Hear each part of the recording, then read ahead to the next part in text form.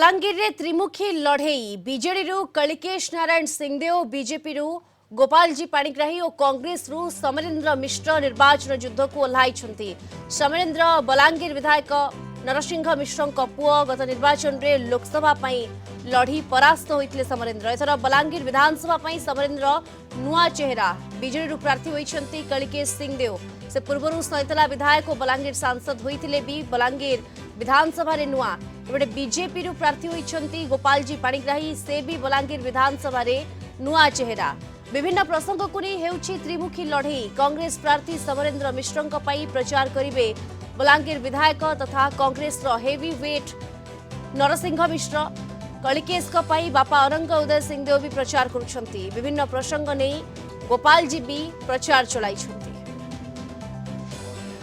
लोकंकर उत्साह आग्रह देखिक पूरा विश्वास होछि कि लोकंकर आशीर्वाद नवीन पट्टनायक प्रति थी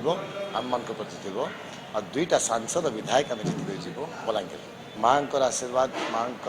कामना आशीर्वाद कामना कर से प्रथम थर बलांगीरवासी आशीर्वाद थो 10 वर्ष है गत दुईटा निर्वाचन रे बलांगीर कांग्रेस विधायक निर्वाचित है जेन बलांगीर रे गोटे विकास धारा सृष्टि होइछे सेटा के नेकरी लोकंकर पाके जाऊँ आमे आशा करूँ गत दुई थर जनता बलांगीरवासी समर्थन देइतिले एथर फेर थरे कांग्रेस के समर्थन देवे। भारतीय जनता पार्टी के